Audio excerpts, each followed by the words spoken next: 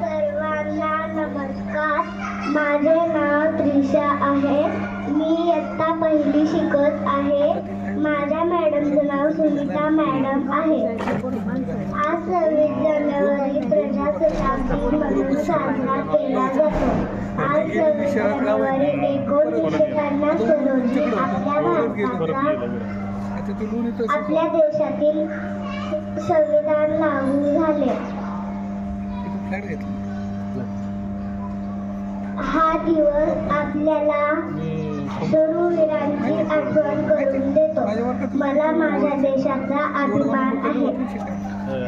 झेंडा अनुचार प्रिय देशाचा फडकतवरी महान करतो आम्ही नामयाला करतो आम्ही.